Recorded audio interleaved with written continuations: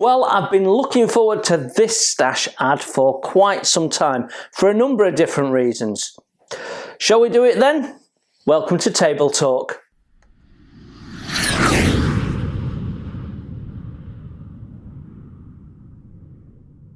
Hello, welcome to Modelkit Stuff. My name is Jason and this is our weekly update spot that I call Table Talk.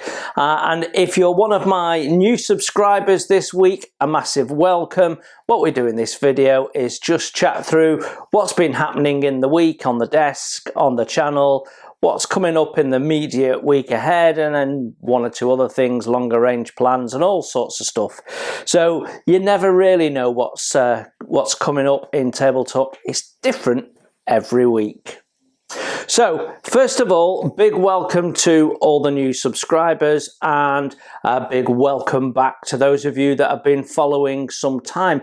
We are nearly at 9,000 subscribers and it just blows me away.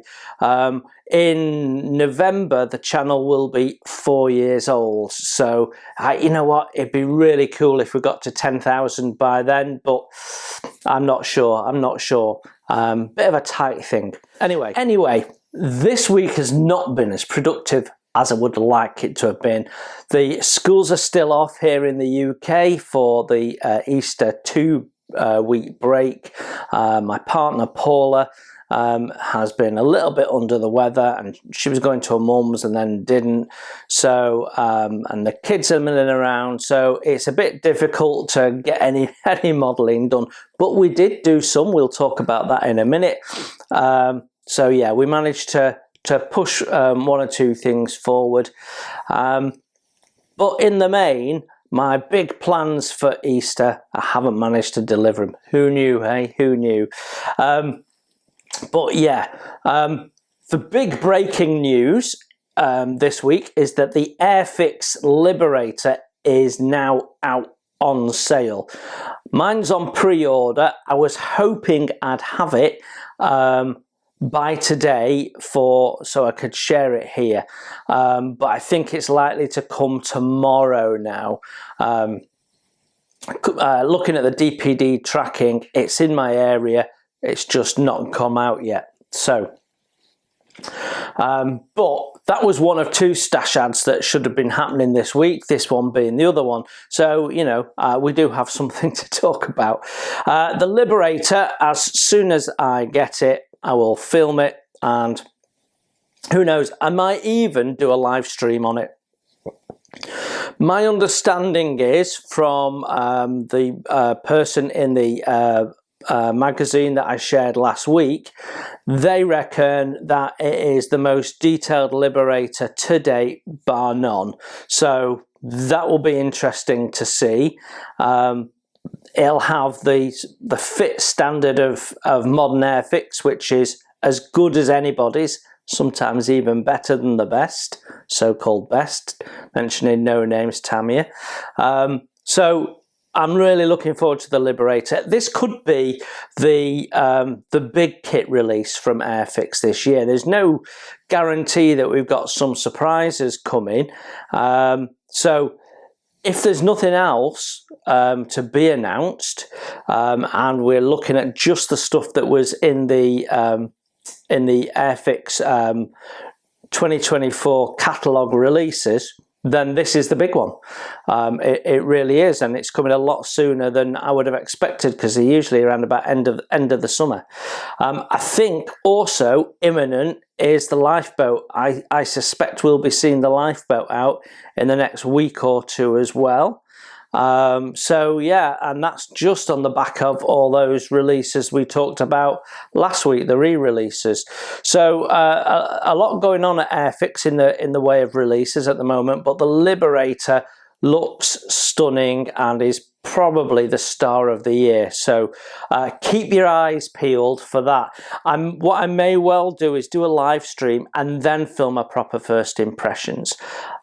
Don't know yet. I don't know. It all depends on my time, how busy I am, when the kit actually lands, because it could be anywhere between 1 and 3 days away at the moment. So we will have to see.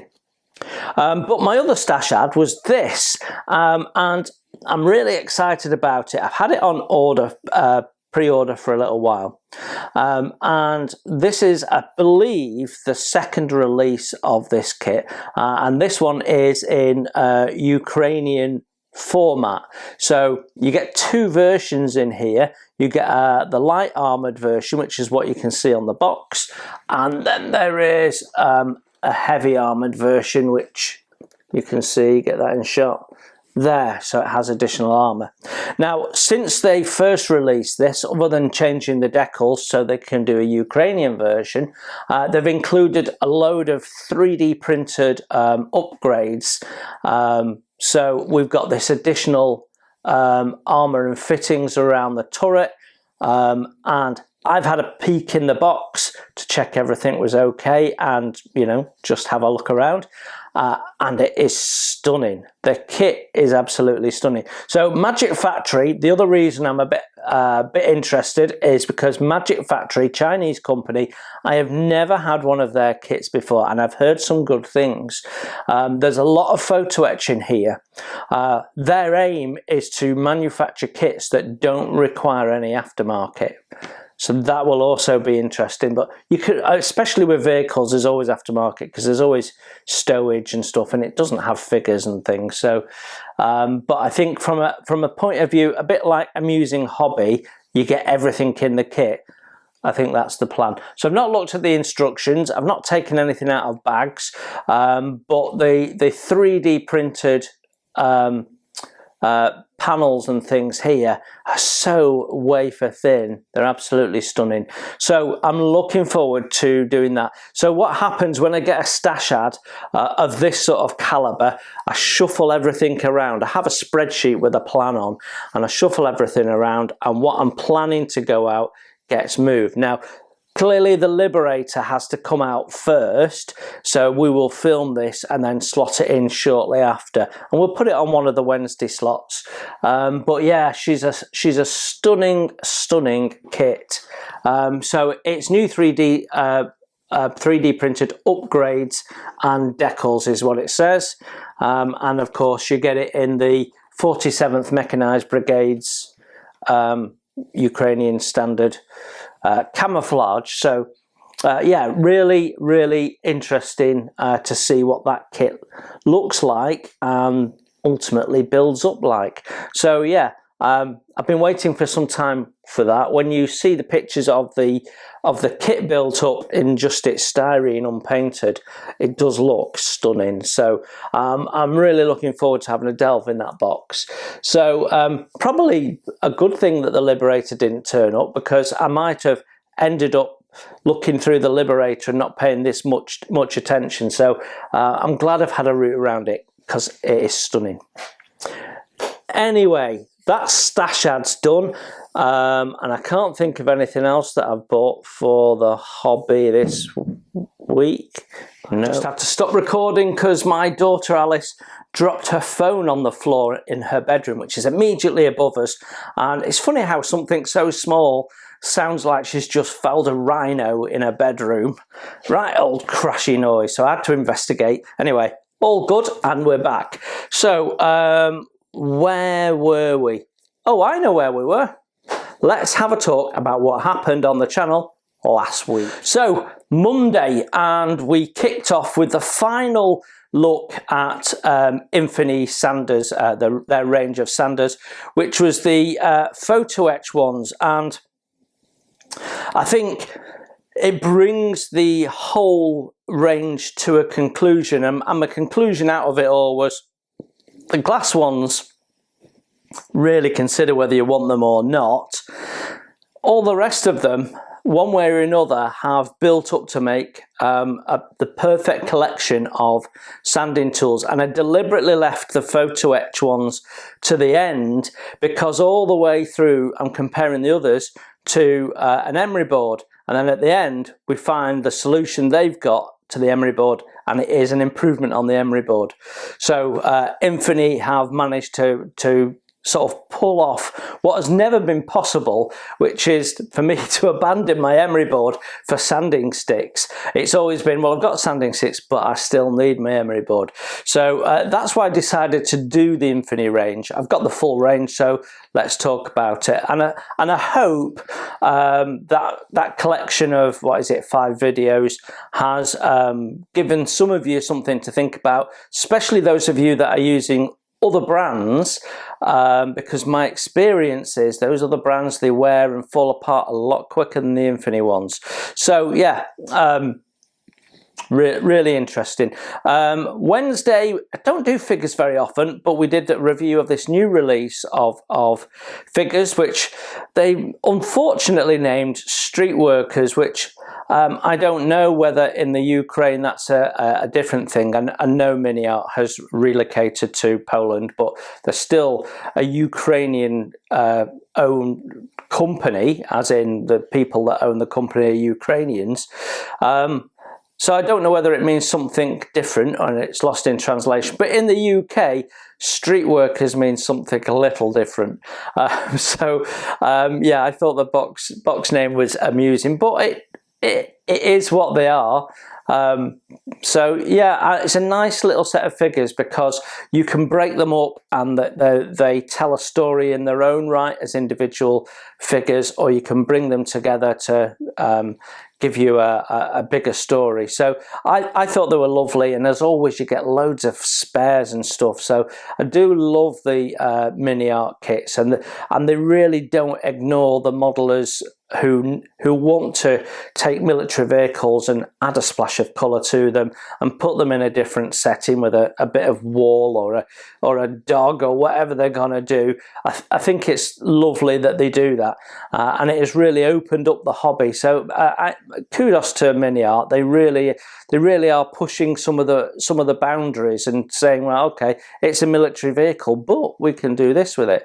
So I'm really looking forward to their Opal Blitz release. Cannot wait for that to come out, because that's going to be an astonishing kit, I think, when it comes out, and it has such a range it can do. So I'm likely to buy a civilian version and a military version. We will see, but it's got such legs on it that so yeah, that was the first part of the week. And then of course we had the first part of our Matchbox build, and that's what we literally did in the first video. We built it all. I mean, that would have taken me several weeks as a kid. Well, actually it took me several months, because I did a little bit in the summer when it was too hot to paint, and then I came back to it a bit later, which I expressed in the video. So in the next video we'll get stuck into the painting, and yeah, which was really the focus of doing that. And of course that was a build that was chosen by you guys, the subscribers, and we've got another subscriber chosen build coming up soon, as you know, because we've done the poll on it. So yeah, that means that the next video you see next week in the way of a build is the first part of the B17. If I can find some time to edit it. I am really struggling for editing time at the moment, but we will get there. We will get there, no doubt. We will have it out in the nick of time. I at one point I was 4 weeks ahead, and I've slowly gone a bit more hand to mouth again, and I was hoping I'd extend that a little bit over the Easter holidays, but they've been so busy one way or another that's not happening. So shall we talk about what I did actually manage to get done? Let's just put this bad boy out of the way. It's a decent sized box, by the way. It's absolutely rammed as well. It's not rattling around in there. So the Scharnhorst is finished as far as the hull is concerned before we prime it. I was hoping to get it primed this Easter, and we've not managed it, but it is ready for priming. You can see, is that in shot? I don't think it is. Let's see if we can get that in shot for you. There we go. You can see we've got the sonar arrays scratch built on the bulbous bow there, and that was pretty much the last thing. There's one or two little holes that we had to drill in through the side there. So there's like a torpedo listening hole, and the scuppers needed to go in. And then I realised, I don't know how I'd done it, but I realised I'd missed a row of rivets on the other side. The row of rivets that goes here, I hadn't put them on that side. Don't know why. So I had to do that. A large part of last weekend, and I worked on it almost all Sunday, was putting the scuttles on, the etched scuttles on this side. I had around about a section yay big that I had to do, both rows, and that took me pretty much all day, one way or another. To put that into context, those of you that watch The Walking Dead, I managed to watch 2 seasons of The Walking Dead while I was putting scuttles on. They're about 20 episodes long, you know, so yeah. Over the weekend, working on that with the scratch build and the scuttles, we did about just under two seasons of The Walking Dead. So yeah, she's all ready. I'm fairly confident when I put the primer down, we're going to prime it in grey first. I'm fairly confident that we'll find 1 or 2 things we need to just sort out, because I usually do. So we'll be doing that grey priming, and then we have that old tussle with which way do we want to go with painting the hull. So there's 2 ways you can do it. You can paint the red and then meet it with the upper hull colour, and then put the black stripe on last. The downside of that is you use twice as much masking tape, and it's much more difficult. At least you could use 3 times as much, and it's much more difficult to get it straight. Or you can do what I usually do, I usually settle on, is painting a black area first, masking that off, and then painting the lower and upper hulls respectively. The advantage to that is you use a lot less masking tape, but the disadvantage is marking it out is a lot harder, because you can't really see where you've marked on the black. There's ways around it. There's the masking tape method where you put lots of little masking tape sections in, or you draw it on with a pencil and then angle it in the light so you can see the pencil graphite reflect. So there's ways of doing it. My preferred way of drawing a straight line around the hull though is not actually to measure it out and then keep measuring it in loads of places, which a lot of people do, but is actually to get a waterline pen, which is a little pen on a stand. I don't know if I've got it near to hand. No, I haven't. You'll see it in the video. And then once you've marked it out, you just draw around it, and it's done in a second. You will have seen it in the Endeavour videos if you've been following those. So that's my preference. So I don't know, we'll see, but I think it's most likely I'll go with painting the black first, because the other advantage of painting the black primer down first is I can do some shadow work. So we can paint this in so we get some shadow pre-shading, if you like, around the some of the raised details. Now, the paint scheme I'm doing, you've got a white section, and when you see pictures of her, she doesn't look too weathered, but there will be a lot of streaking grime and that sort of stuff, and it's only the top, so the lower hull will be even more weathered. The general rule when you weather a ship is that you split it into 3. So the most heavily weathered area is below the waterline. The next most heavily weathered is above the waterline below the deck, and then the least weathered is above the deck, because that's the bit that gets maintained the most.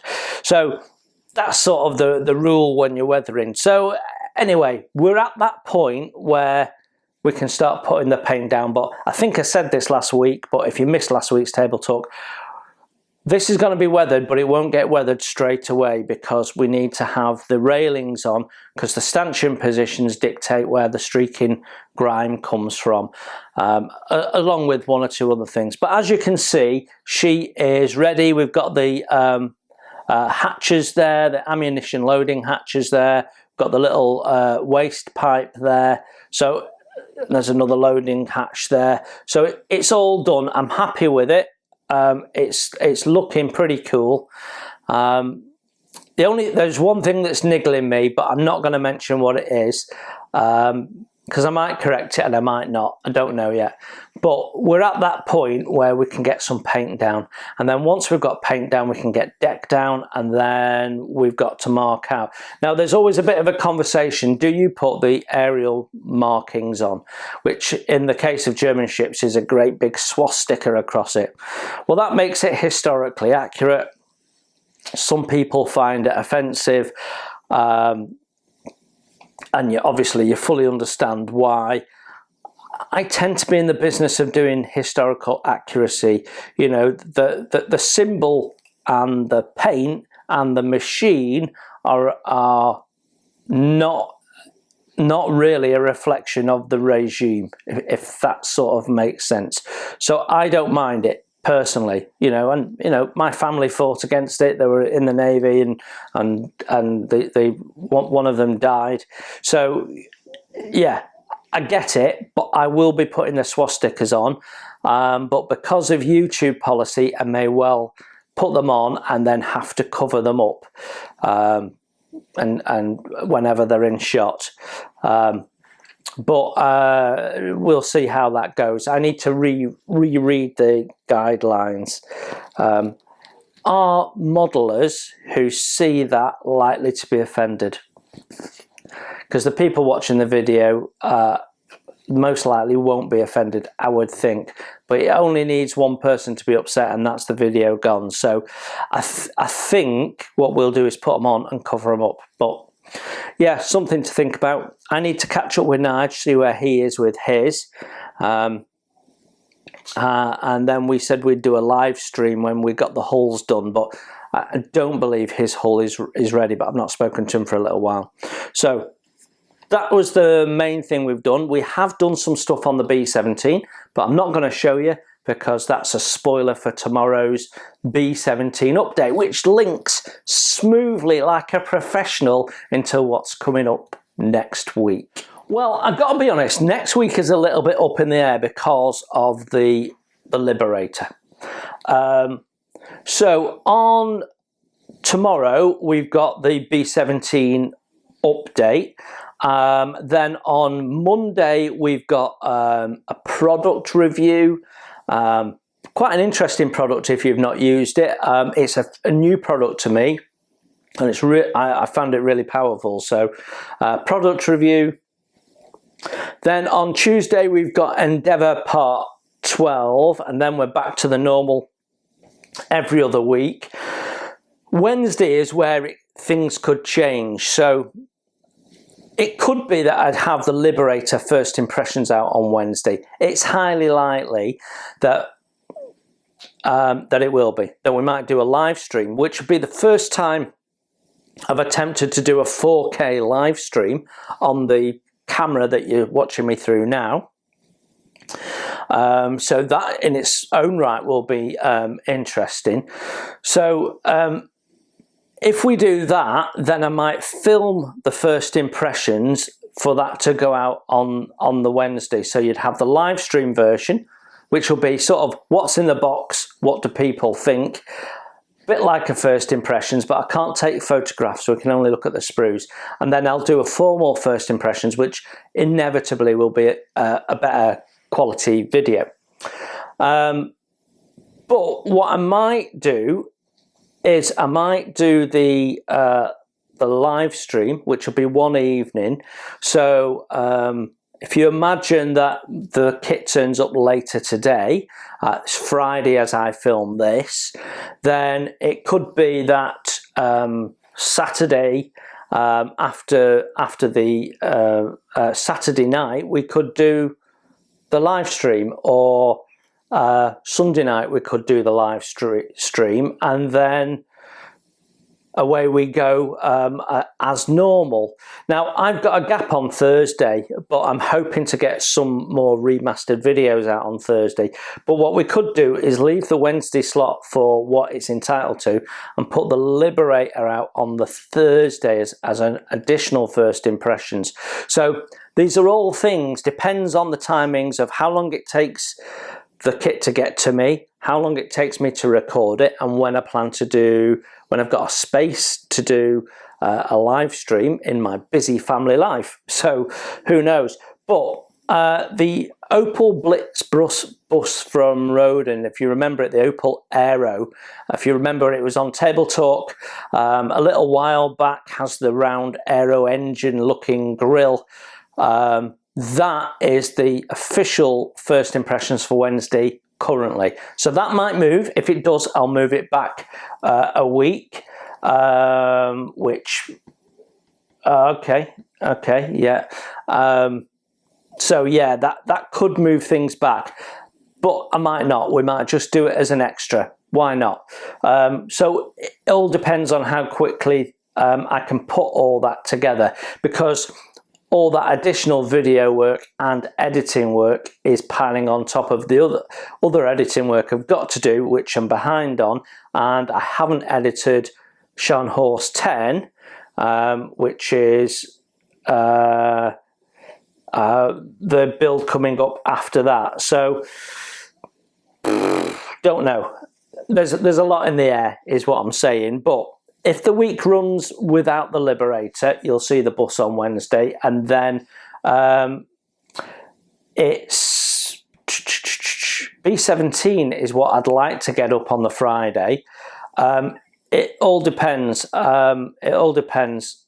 I think if I do the B17, that gives me more time to film that being painted and get that into the next video. I'm a bit light on video material now for the Scharnhorst.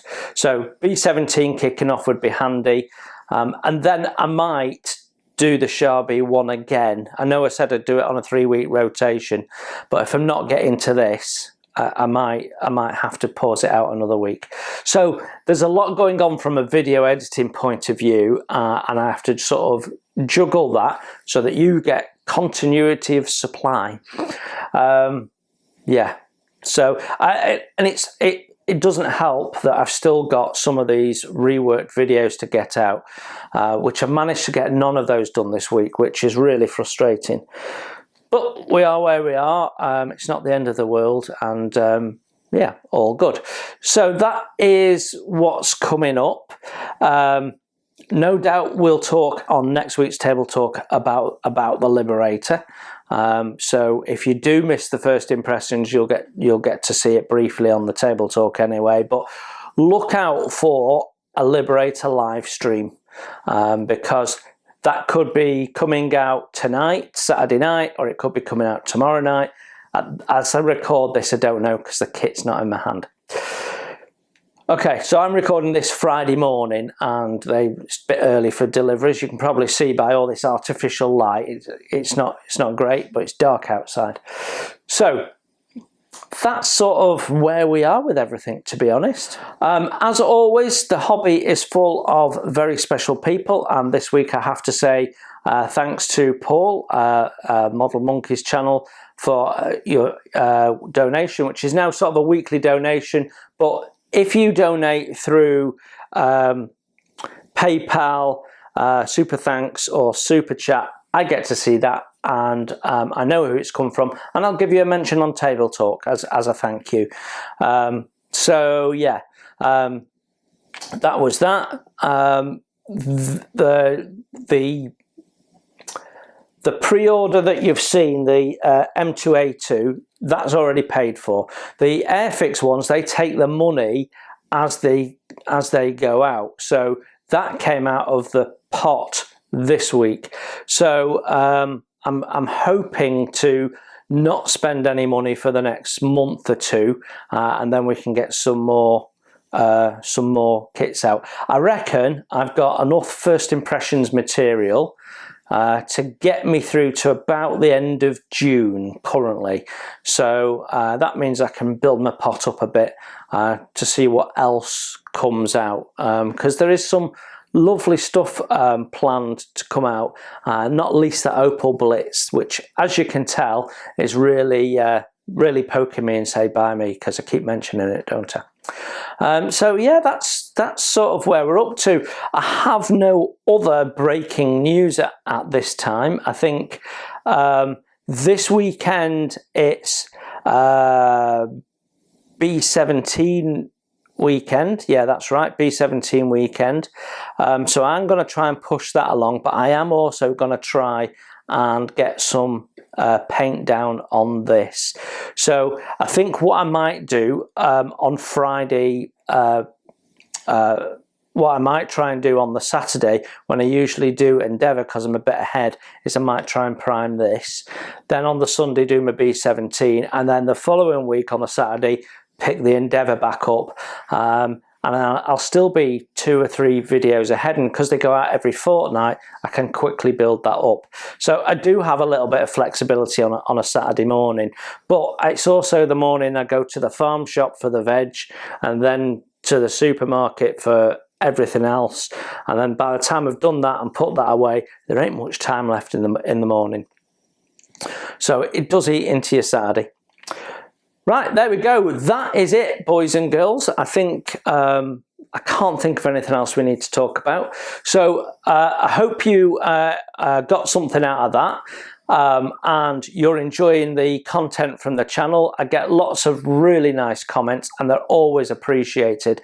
I've got a little bit of catch up to do. I've been doing a lot of liking comments but not replying to them because I've just been so busy, but as I start catching up, when they all go back to school and I've got a little bit more time, I can go back through those and make some comments. I have tried to answer questions. The last thing to say is the B17 group build. It's now time to start sending me your photographs, so your midway photographs. What I'd like you to do is do them in a certain format and send them to me by email. So the email is modelkitstuff@gmail.com, dedicated to this channel, so it's only traffic related to the channel. And most of the emails I get through there are actually from YouTube. So every time there's a comment, I get an email. So I get a lot of emails. So if you send that and send up to 3 pictures of the halfway point of your build, ideally with all your interior work done, if you've got it done at this stage. If not, if you've still got the box and not opened it, send me a picture of your box. But I want photographs up to 3 attached to the email, and then I want the in this order if you can, the aircraft name, the manufacturer, the aircraft name, the scale, the manufacturer, and then your name, or your name and channel name, or just your channel name, whichever you prefer. And then I'll string a video together and we'll show off everyone's builds. Now, in theory, at my last count, there was 52 people building in the group build, but some of them were planning to do more than one build during that time. So we may potentially have more than 53 B17s in a video. Wouldn't that be awesome? My experience is that a fair number of people won't want to do that, and we will get a third or a quarter of that number.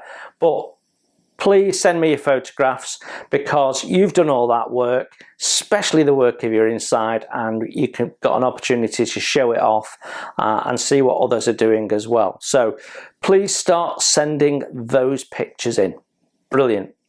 Right, in the meantime, I will see you tomorrow on the B17 update. You have a great week. I will see you next week, and until then, you enjoy your modelling. Bye for now. Hi, and thanks for watching. You can support the channel by hitting the like button, and if you haven't subscribed, please consider the subscribe button and the notifications bell so you don't miss any content that I put out. Modelkit Stuff is a self-funded channel, and I don't do membership or Patreon or buy me a coffee. So if you'd like to further donate to the channel and ensure the cameras keep rolling and the content keeps coming, then you can consider making a donation through my PayPal. You will find a link to that in the text below. You enjoy your modelling, and I'll see you soon.